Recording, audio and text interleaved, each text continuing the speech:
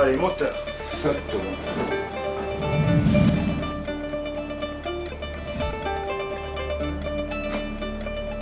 Action. Je suis Georges Dacosta, chercheur en informatique.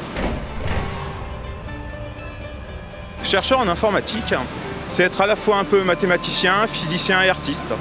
On est à la fois le dieu qui écrit les règles. Je sais.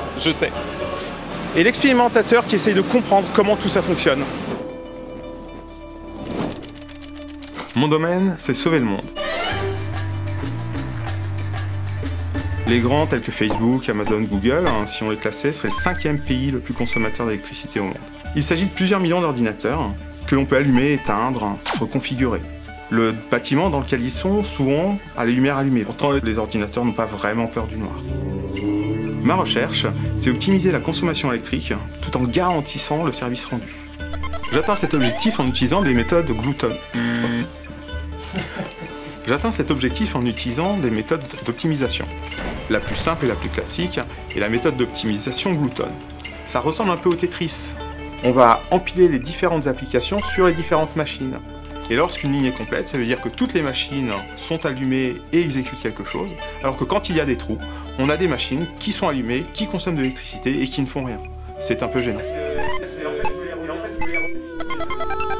Mathématiquement, je décris le monde réel avec des équations. Comme elles sont relativement complexes, je ne peux pas les résoudre directement à la main.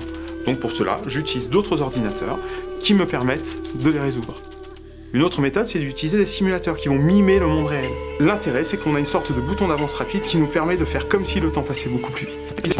Et la dernière méthode, c'est d'utiliser des véritables machines. J'utilise plusieurs centaines de machines pour vérifier que je réussis vraiment à sauvegarder de l'électricité. Ces travaux ne sont pas visibles des utilisateurs.